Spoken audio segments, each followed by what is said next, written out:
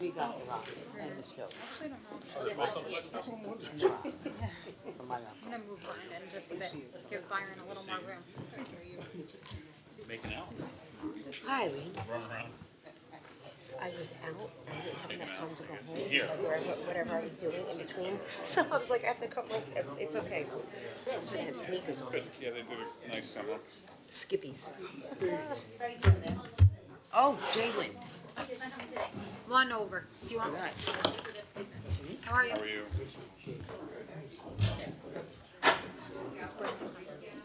Yeah, he should be coming.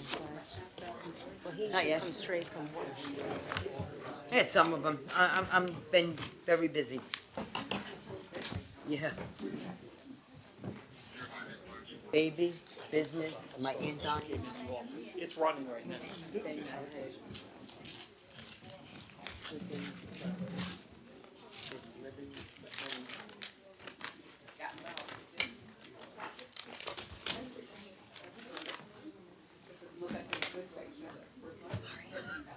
Like rolling around here.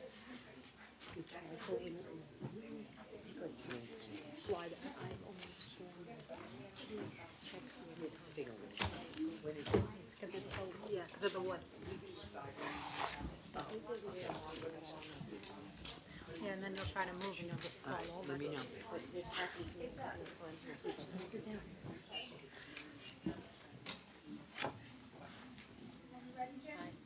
okay?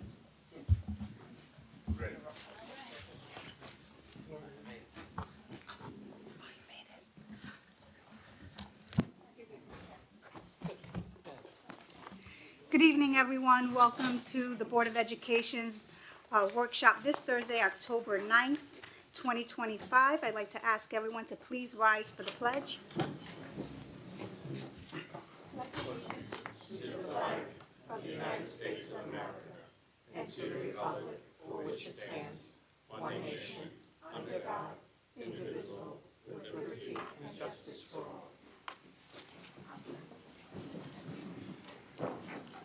So this evening's presentation is titled Safe, Supported, and Strong, Brentwood's Preventive Approach to Student Safety, Discipline, and Wellness. Presentation will be presented by Mr. Matthew Gengler, Assistant Superintendent of Secondary Education, Wayna Benez, Coordinator of Guidance K through 12, Sarah Chukoch, Assistant Coordinator of School Counseling and Guidance, Amanda Chansing, DASA Coordinator, and Byron McCrae, Director of School Safety. Good evening and welcome to is this our first workshop? Right, our first workshop. So you will see that during this presentation, this is actually the heart of our Graduation Plus. It's not really just about academics and preparing our students beyond graduation, but also about how we are doing that, how we are connecting with students and the resources that we have to ensure that they're safe and that they feel supported. And Mr. Gangler is going to start now. Okay. Good evening, everyone. Thank you, President Felix, our superintendent, Ms. Ortiz Rivera, members of the board, and our school community. Tonight, we're going to talk a little bit about promoting a healthy environment for our student growth and success. Our workshop tonight will focus on Brentwood's preventative approach to student safety, discipline, and wellness. We have a holistic approach where Brentwood Union Free School District prepares students for life beyond school through an integrated support system that is clearly aligned with our Graduation Plus. Part of our vision and strategic focus emphasizes the link between discipline, safety, and wellness to support student success. Brentwood uses a preventative approach where we prioritize proactive strategies rather than relying solely on reactive measures to create a positive school culture, helping students feel secure, valued, and empowered to grow. Part of this involves developing the life skills and learning responsibility. These essential life skills encourage trust and are the core of the initiative's success. We also work very hard to build this safe and nurturing atmosphere where we are able to embed these values that create a safe environment that not only supports the academic success, but also each child's personal growth. Tonight, it's my privilege to go ahead to have our team join us. As you had mentioned, Wayne Benes, who's our district coordinator of school counseling, Sarah Treacoche, our newly appointed assistant coordinator, will be assisting us tonight. Amanda Chansing, our DASA coordinator, and of course, our director of school safety, Mr. Byron McCrae. At this time, I now ask Mr. Benes to begin the next part of the presentation. Good evening. I'd like to take the opportunity to thank the Board of Education, our superintendent of schools, for allowing me the opportunity to provide this information about all of the terrific and wonderful prevention services that we offer our community. To start, we have many character education programs. Our district is committed to developing the whole child, academically, socially, and emotionally. Through a range of character education programs, we focus on core values like respect, responsibility, empathy, safety. These lessons begin in elementary school and continue through high school. At the elementary level, we implement the Two Good programs, which focus on teaching students on how to make healthy choices, build positive friendships, and resist peer pressure. Two Good was funded by a former grant and remains because of the continued support by the Board of Education. Another key program is Child Safety Matters. The curriculum is designed to educate students about personal safety, boundaries, and abuse prevention. It aligns with Erin's Law. We also participate in Start With Hello Week, district-wide. This is a national initiative by the Sandy Hook Promise. This week encourages students to create a culture of inclusion where no one feels left out or invisible. PBIS, or Positive Behavior Intervention and Support, is another foundational framework in our schools. It promotes positive behavior, encourages consistent expectations across the school, and supports a healthy, respectful school climate. In partnership with the Suffolk County Police Department, we also recognize outstanding student behavior through the Suffolk County Police Department Student of the Month program, led by Officer Fernandez. Beyond the classroom, we engage students through sports programs and clinics. For example, we have swimming, baseball, baton twirling, and basketball. We also conduct anti-bullying lessons and anti-gang lessons through the GREAT program. We also offer Saturday academies and summer programs that extend learning and enrichment beyond the regular school day. As students move into the middle school, we continue with the Two Good programs, reinforcing and expanding on the skills learned in elementary school, especially around decision-making, peer influence, and goal setting. Middle schoolers also participate in Teen Safety Matters, which builds upon Erin's Law, education with age-appropriate discussions around safe adults, digital safety, and abuse prevention. Our health curriculum further supports this work with lessons on mental and emotional wellness, substance abuse prevention, and healthy relationships. We also introduce restorative practices, a powerful tool for building community and resolving conflicts in a constructive way. Restorative circles give students a voice, promote empathy, and help maintain a positive school culture. Finally, we offer a wide range of extracurricular programs like COPA, My Brother's Keeper, Girls Inc., and Youth in Government. In addition, morning intramural sports, all of which give our students opportunities to lead, connect, and grow in a supportive environment. Continuing in our secondary and at the freshman campus and high school, our health education curriculum is designed to equip students with the knowledge and skills they need to make informed, healthy choices throughout their lives. Core topics include mental health and emotional well-being, substance abuse prevention, nutrition and physical wellness, safety and decision-making. We are a proud partner with several local organizations and law enforcement agencies to bring real-world experiences into the classroom. Guest speakers include the Suffolk County Sheriff's Department. They lead an experiential presentation on the dangers of drinking and driving. This hands-on learning approach leaves a lasting impression on our students and emphasizes real-life consequences. Through the Suffolk County Police Department, Officer Fernandez presents on addiction and the dangers of opiates, including overdose awareness and Narcan use. His sessions are powerful and grounded also in real-world experience.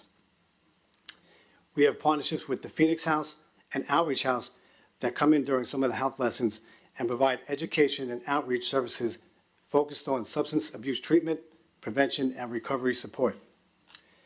Our Director of School Safety, who will present tonight, plays a key role in creating secure school environments and leads programs that reinforce safety protocols, emergency preparedness, and student conduct expectations.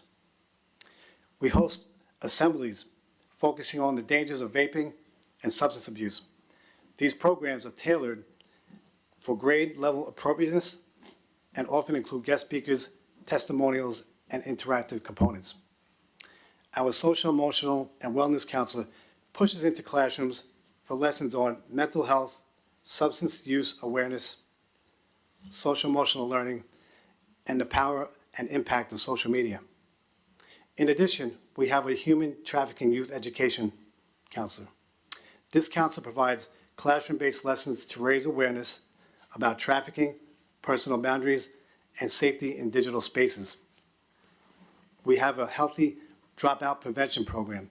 Our team actively identifies and supports students who may be at risk of dropping out. Through early intervention, mentoring, and academic support, we aim to keep every student on track for graduation. Restorative practices are continued at the freshman campus and high school.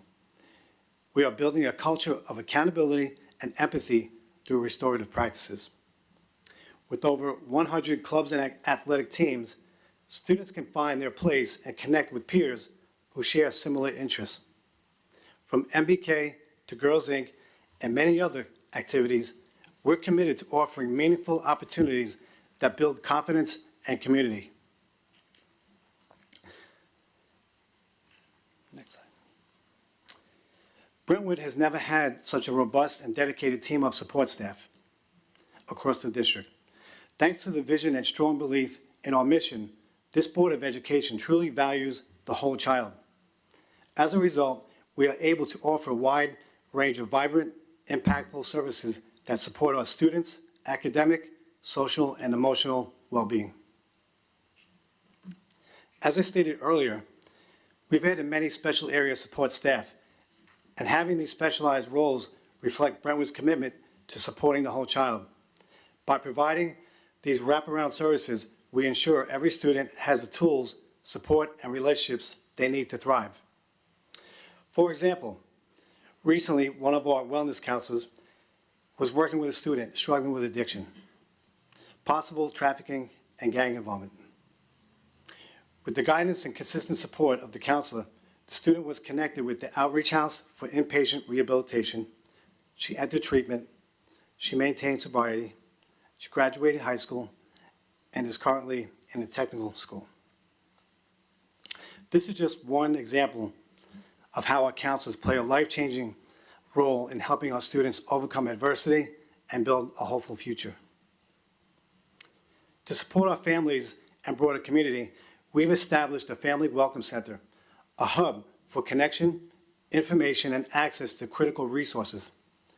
Through the center and district department programs, we offer a variety of workshops and services focused on key areas such as human trafficking awareness and prevention, substance abuse education and support, Mental Health Awareness Month, and we have an annual wellness fair, partnerships with community organizations like Carison and Make the Road, health and wellness services through Northwell Health.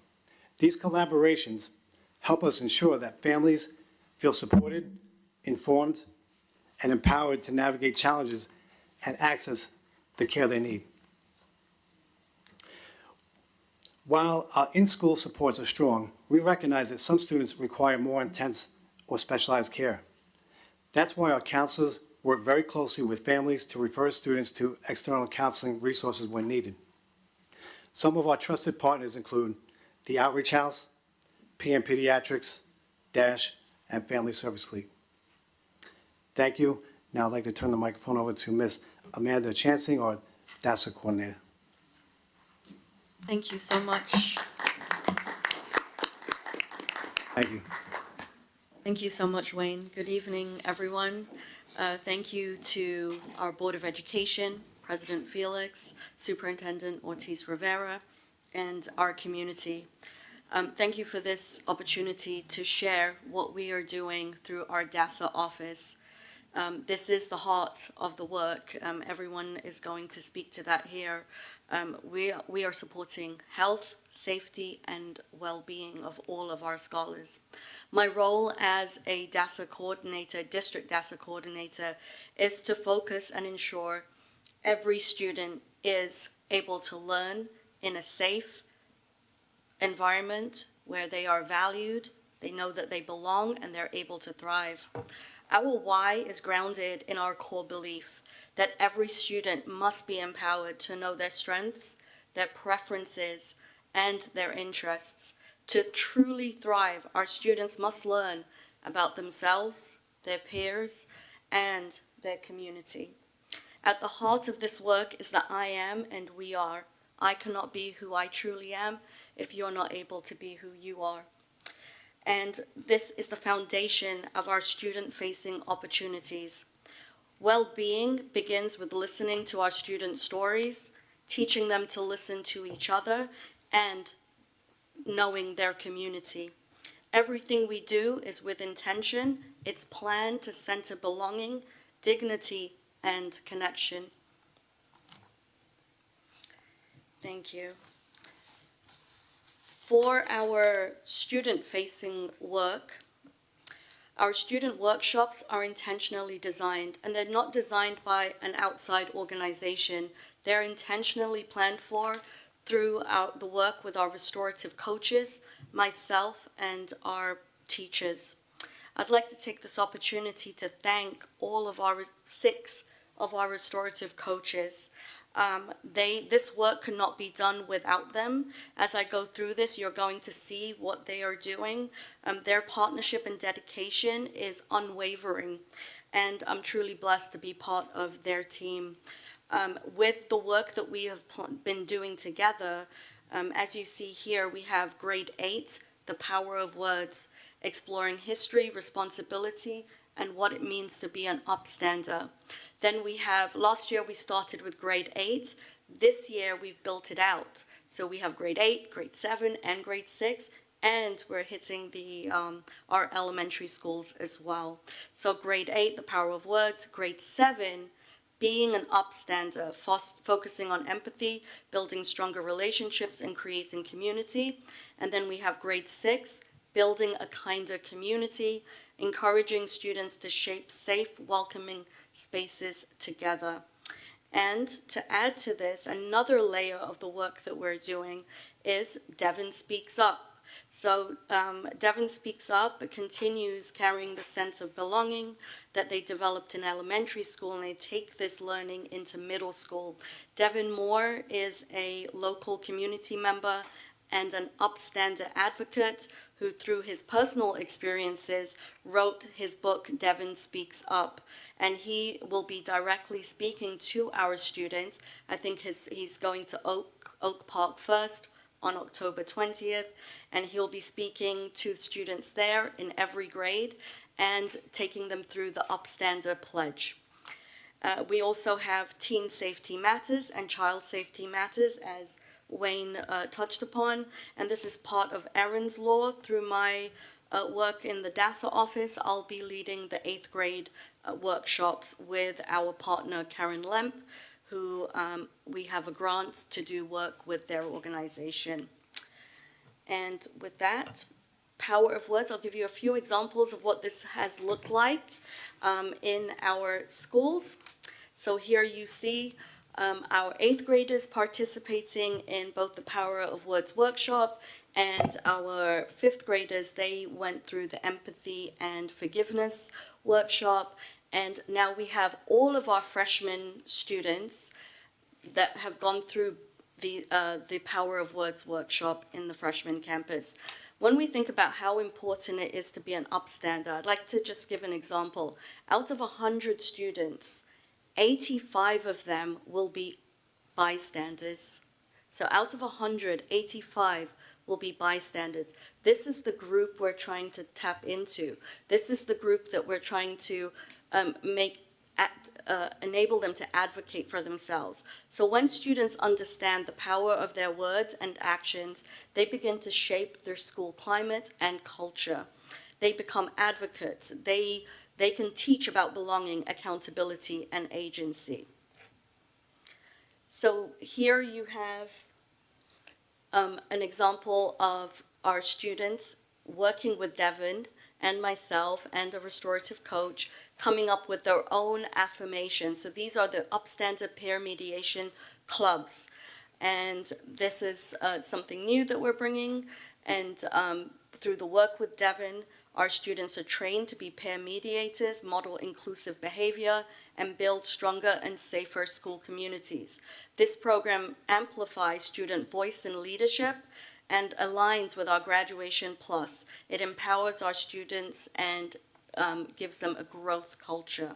So students are just not learning about kindness, they're actually practicing it, right? They're actually creating the initiatives, creating the activities. So this will serve them well beyond when they leave here, right? When they go into society, when they go to schools, this will be excellent for them. Go to the next one. So how does this work show up in our classrooms? This work is not only in an assembly or not only in a workshop, it's built in, embedded every day into their advisory. So our schools have advisory sessions. Each school does it differently, but every school has it. And this is just an example of how it is built through. This was done by one of our restorative coaches.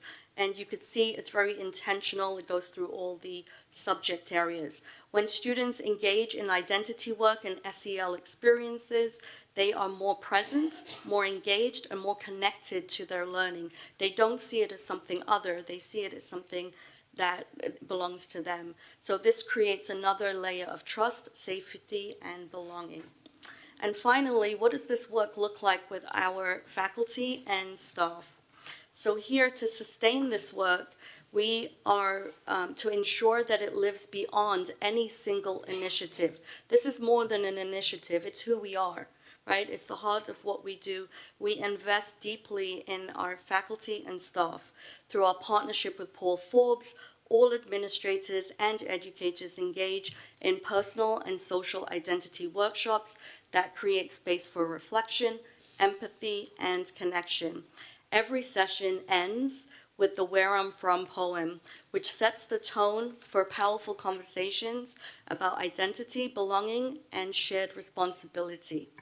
So this is a reflective practice, and it impacts the classroom.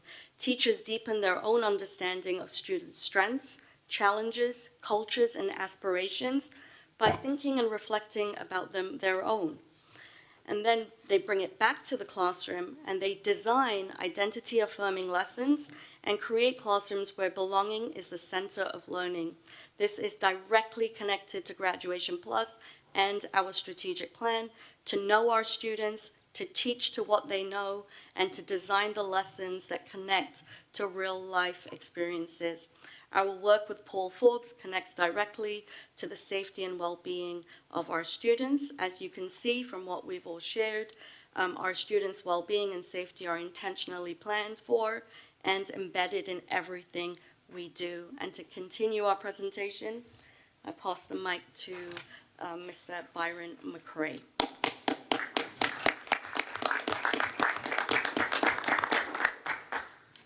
Good evening. There we go.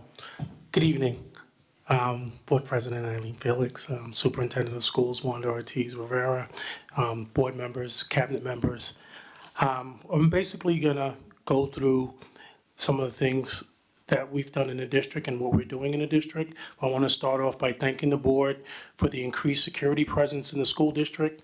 At this time, we do have 2 guards in every building. We have increased visibility at the high schools, and we're able to put units on the exterior of some of our buildings to make sure that we don't have trespassers. So I want to thank the board and the superintendent for making this happen. And, you know, this here shows that we care, and it shows that we can definitely, you know, work towards doing something positive for our students. But we'll start off by talking about the safety infrastructures, cameras, visitor management, building access, people traps, and emergency protocols. Let's talk about our cameras. We're working closely with Dr. DiNicola and Ms. Candace Chang on getting the camera replacements done. We're about 80% done. We should be finished by the end of November, early December. These cameras will hopefully, after synchronized appropriately, will give us better coverage throughout the district. We have a new visitor management system that I'm working with Candace Chang on getting in all the buildings. She's been working really hard to make this happen before the end of the year.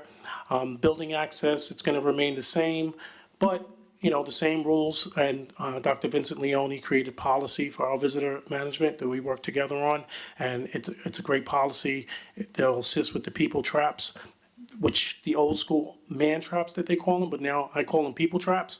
The people traps are being actually built out now. Mike Cruz has made this happen.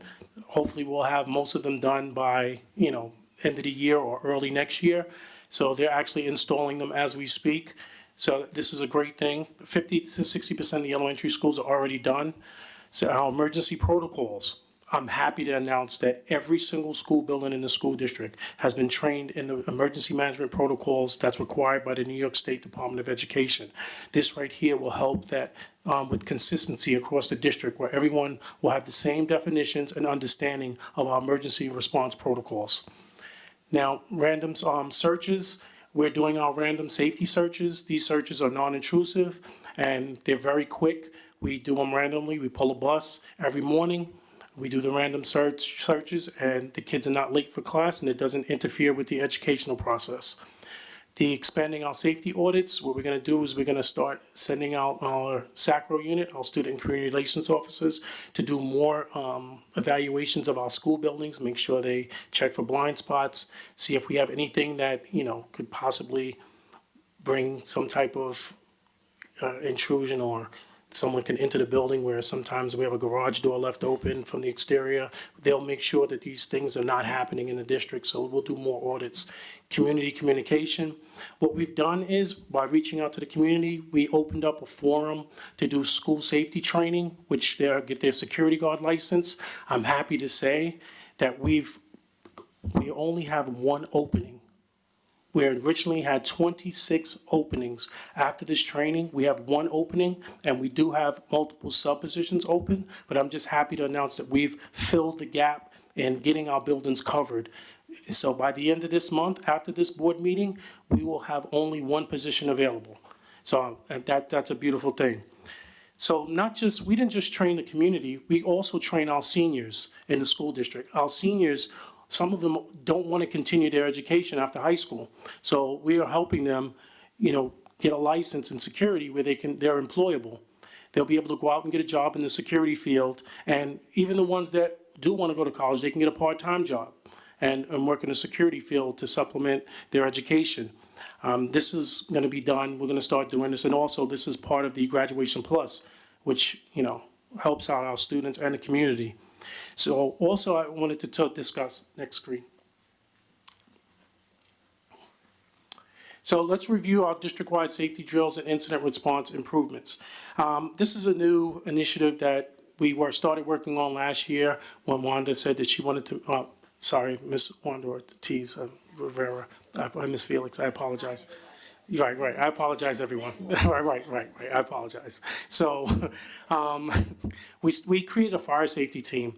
I realized that within our school safety department, we have a lot of fire department staff that work here. We have a captain, a lieutenant, 4 firefighters from the Brentwood and Bayshore Fire Department. So what we did was create a fire safety team to respond to hazardous material incidents, manage structural damage caused by accidents. And these are the things that have happened in our school district. So they're able to respond. And being that you've given us additional staff to put in these buildings, they're able to leave that building, respond to these situations, and go back to their buildings. They'll assist with fire alarms with the fire marshal response. Prior to this fire safety team being developed, we did have the fire marshals responding to our fire alarms in the evenings because sometimes we have a faulty head and it takes time for the electrician to come in. So normally they issue a summons. So after meeting with the fire marshal, he says, if you develop a fire safety team and they respond, I won't issue the summons. So the school district will no longer get summons because of this fire safety team, or, you know, the summons basically will tell them that you have a certain amount of time to complete this, repair this initiative, and then we have to mail out the forms. This will take that away. As long as there's someone that's trained there, they're happy, they won't issue anything. Our fire safety trainings are being conducted now. We've completed 4 to 6 of our elementary schools, and it should be done hopefully by the end of the month, because this is Fire Safety Month. So we're going to be going out and making that happen. Everyone that I mentioned earlier, the captain, lieutenant, and the 4 firefighters from the Brentwood and Bayshore Fire Department, they're all trained in the multi-gas and chemical detectors. Whereas if we do have a gas leak or we have fumes in the building, we have detectors in my office that they can pick up and go out and then test to see if we have any of these what the chemical is or what the hazardous material is. And also we're ordering portable fire extinguishers for all the vehicles that respond to incidents. So we're going to move on to our physical environment and safety, human trafficking, and emergency preparedness portion, where we're coordinating with local police department, BLA, SROs, and student community liaison officers. Our medical response team right now comprises of a nurse, 2 certified CNAs, and 4 EMTs from BLA. Now, at times, if there are multiple emergencies within Suffolk County, we've noticed an increase in delays in them responding to our medical emergencies. So I felt it was important to create this unit to respond, being we already have these people working within the school district and the school safety department, so they will respond. Also, our nurses, we can have multiple incidents at one time, like we've had one time, 5 incidents at one time, and we only have 1 nurse in each building. So what we've done is we'll dispatch this team to respond and assist the nurse until the nurse is available to make a decision. And also, during athletic functions and activities, we do have school safety who are trained in responding with the coach. We know the coaches are trained, but we also want to make sure they have assistance just in case there are multiple situations. Just so you know, all our vehicles in approximately 2 weeks will be equipped with the AEDs. This will help us be in compliant with the DSH's law, which requires us to be prepared if someone's experiencing cardiac arrest, gloves, and first aid kits. These first aid kits are equipped with Narcan, just in case someone's experienced some type of substance abuse crisis. Now, I'm going to talk about briefly before I get into DASH and PM Pediatrics. So normally, we do our home visits with our students. We meet with our students and we do wellness checks on our students.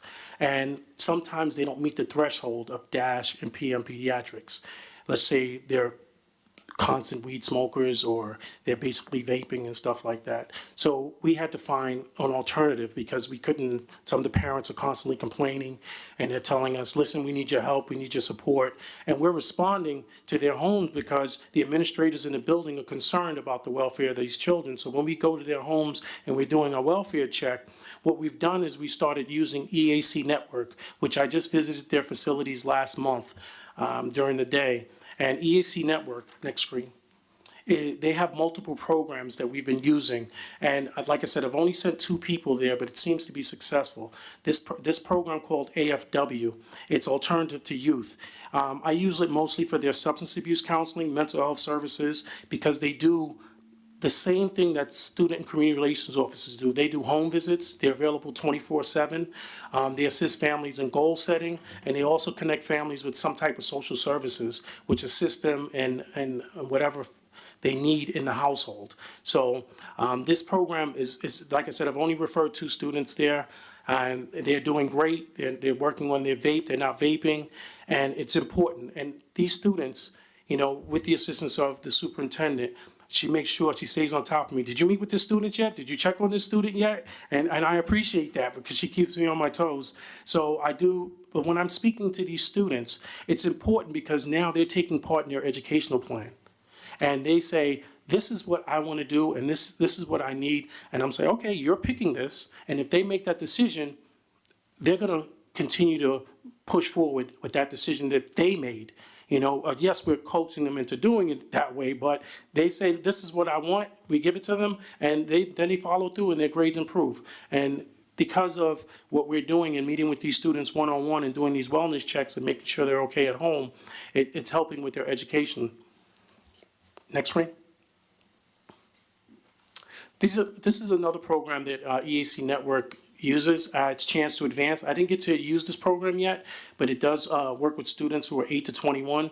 The only downside to this, it doesn't service all our community. It only services the homeless population and the students who are in group homes, which we do have a large population within our school district that are homeless. So I am going to use Chance to Advance. They have mentors that assist their youth that are homeless, and they also help them with their financial needs. They get grants that can help these families. So, you know, normally what I'm going to start referring to Chance to Advance is the students that are experiencing a fire hazard, who had a fire in their household. This program will help these students out because at that point they're homeless. Okay, Child Advocacy Center, this provides a safe space for our students to discuss if they're experiencing some type of abuse. We have students that are experiencing sexual abuse, and if we encounter that on the weekend, Child Advocacy Center will reach out to Ms. Ramos, who's the director there.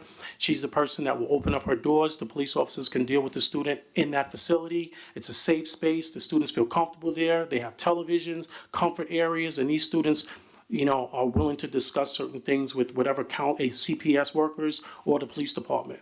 So this Child Advocacy Center that EAC Network uses is a great thing, and I got that connection through our superintendent, and Ms. Ramos is amazing. Next screen.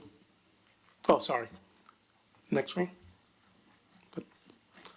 All right, so, you know, I just want to let everyone know that most people, and I read social media and I see that most people think school safety, we're just guards here protecting the building, and they don't realize that a lot of our guards do care.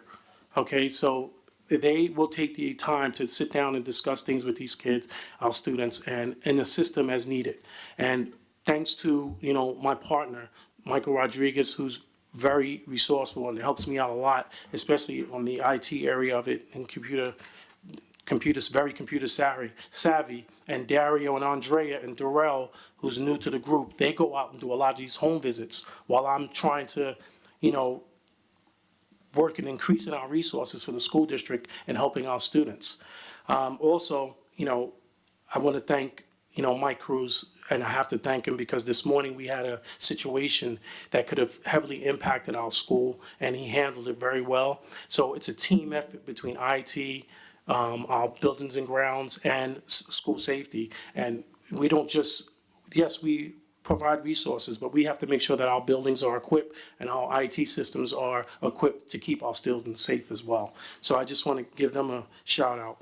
So as we complete this presentation, as you see, this is a multi-layer approach to keeping our students and staff safe in the school district. And without the things that we've just discussed, you know, I don't think that, you know, we would be successful in doing what we do here. And I'm happy that we have my colleagues here sitting next to me that have just discussed multiple layers of things that we do to support our students. And I just say kudos to them as well, and they deserve a round of applause.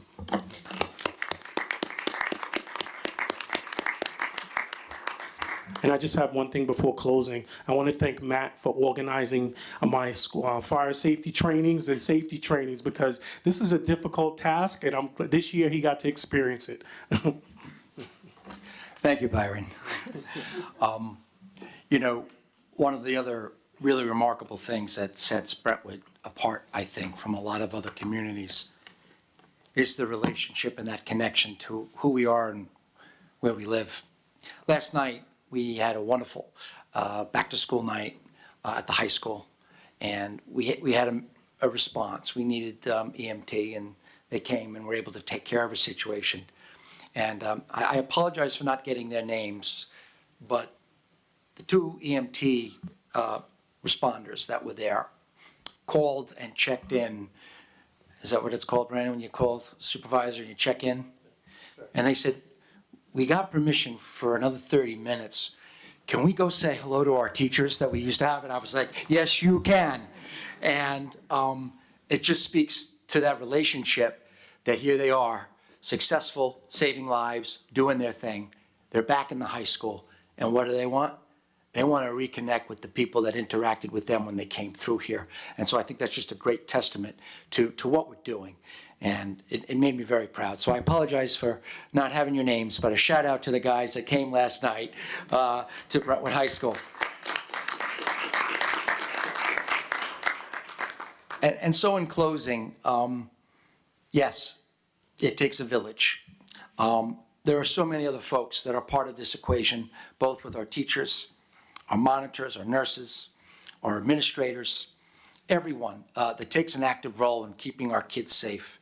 And I just want to kind of close with this statement, that the Brentwood Union Free School District supports every student, from elementary through high school, with layered interventions that empower healthy, safe choices in school, in the community, and beyond graduation.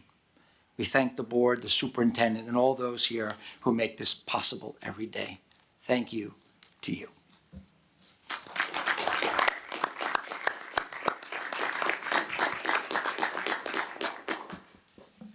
Well, I remember a few months ago when we had a presentation and Julie said, wow, she didn't have another word. I just have to say that I kept listening, right, to the great things that we're doing here for our students, because we talk about, it's prevention for our students, and we're leading with compassion also, and it's connections over corrections, right? We have to make those connections, and every department here spoke about the connections that we have with students. Yes, we have resources, right? We have many resources. We have many staff that really care about our students. But if you have all of that and you don't have the connections, you are not going to connect with kids, right? And I am so proud that we see it. We see the work. There's a place in Florida called Celebration. It's a community. And I kept thinking about Celebration because this is like our own town. We have everything for our kids. And I want the parents out there to know that if the kids are doing well in school, but they're not doing well at home, to let us know. We do those visits, right? We make those visits. And I do call Byron. Yes, Byron, did you talk to this kid? And he did. He also, yes, I did, many times. But yes, I want them to know that we're here to help them.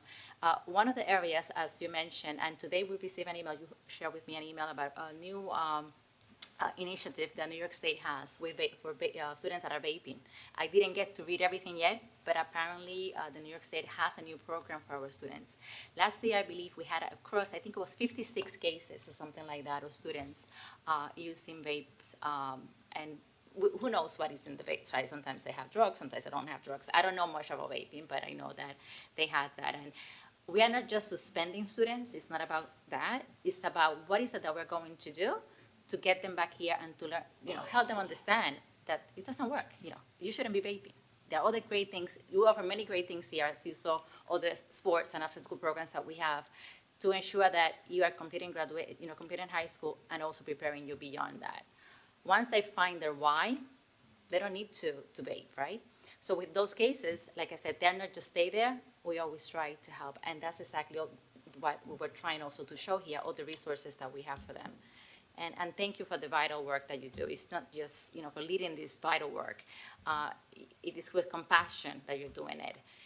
It is intentional, and it serves a purpose. And on behalf of our students, definitely thank you. And all the teachers and guidance counselors and administrators that are out there making those connections with our students, I just want to say gracias.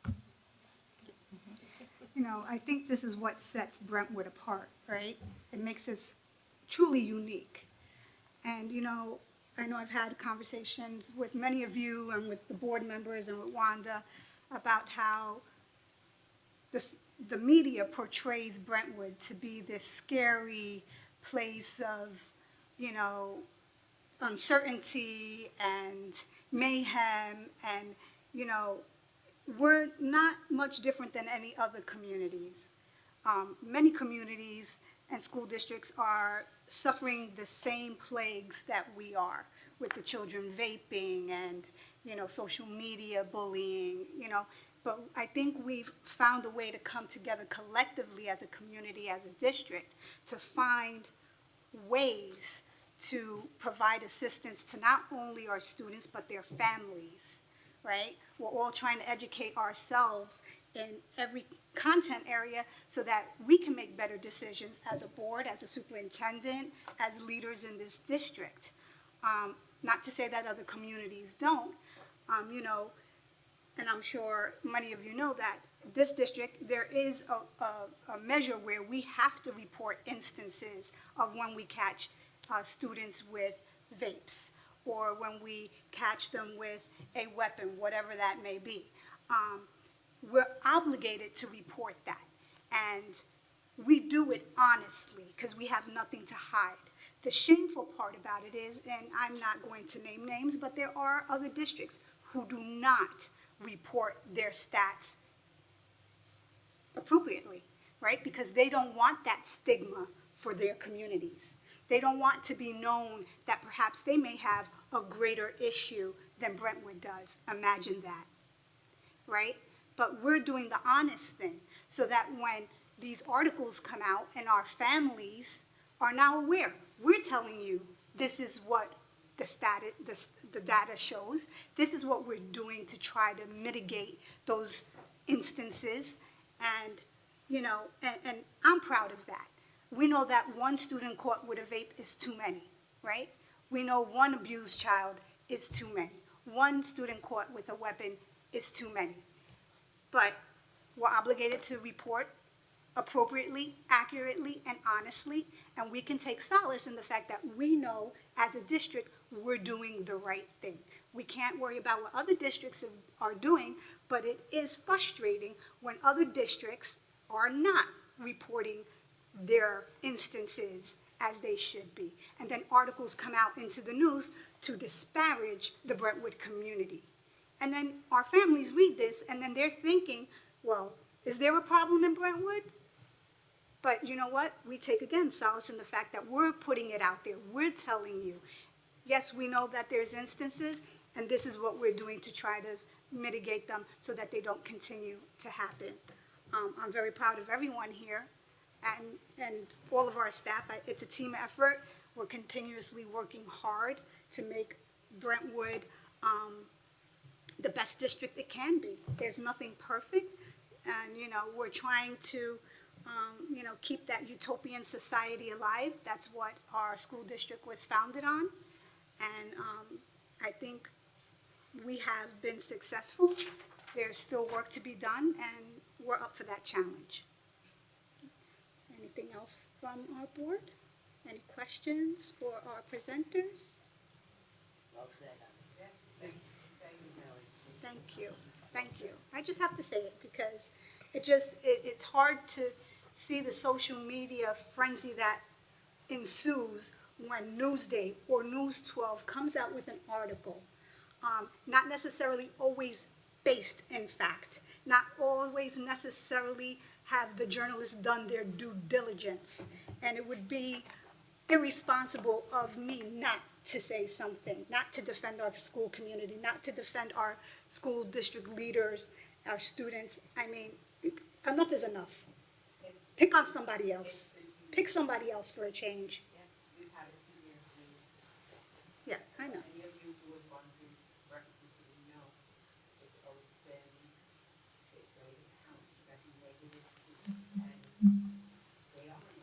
With things that they say, so, you know, and people outside the district are led to believe that we're something that we're not, Right. you know? I did have a question, actually, so I'm sorry. I obviously concur with everything that we said. You mentioned with the first aid kits that they'll have Narcan. Do they have EpiPens too, just like the sector cars have now? They're very expensive. So we have access to an EpiPen. We would have to pick it up and take it. But to have one in each vehicle, that's going to be very Cost costly. comparative? Yes. Are there like grants, or could we reach out to potential agencies that might be willing to donate? When I see grants available, I do work with Dr. Leone and also the director in trying to go for these grants. If we win, we'll get them. But yeah, we are trying. We do go after certain grants. Awesome. Thank you. Thank you. Hassan?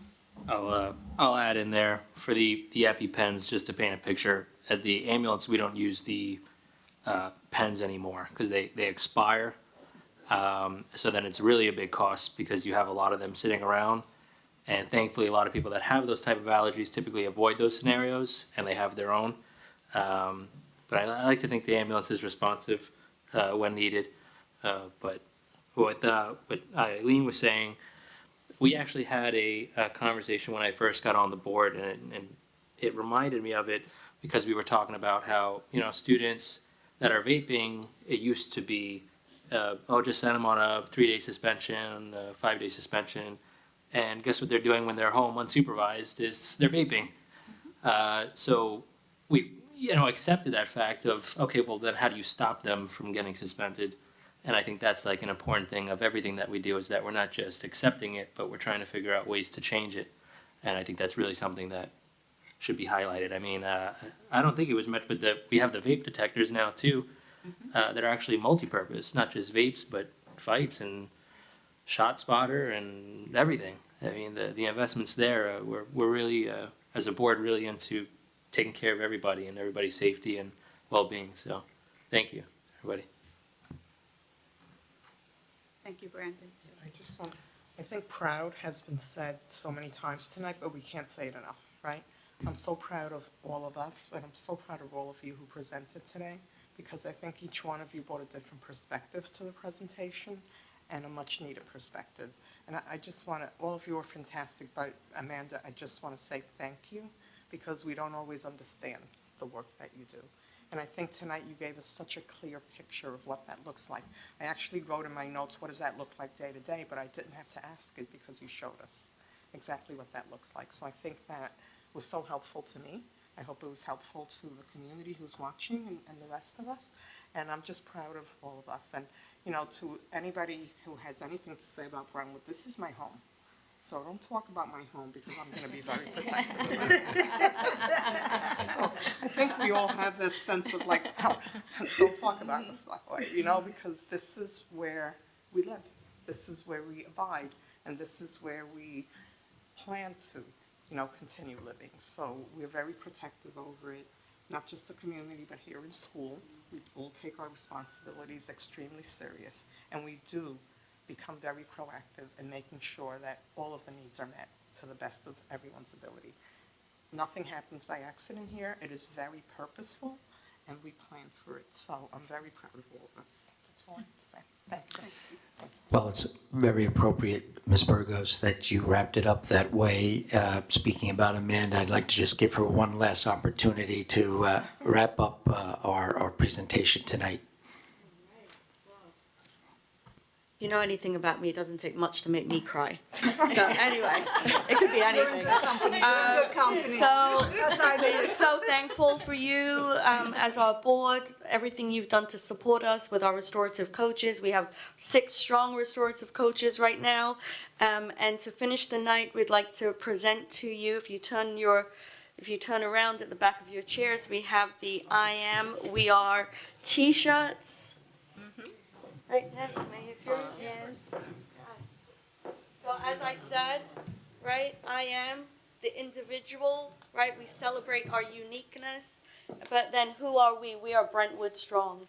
So I'm so happy to, if Dr. Leone, hello, this is for you.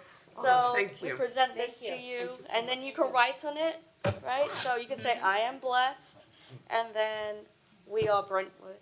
Thank you so much. Thank you so much for that lovely gift.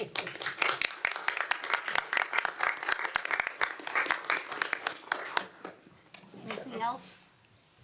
Okay, that concludes this workshop at 7:36 p.m.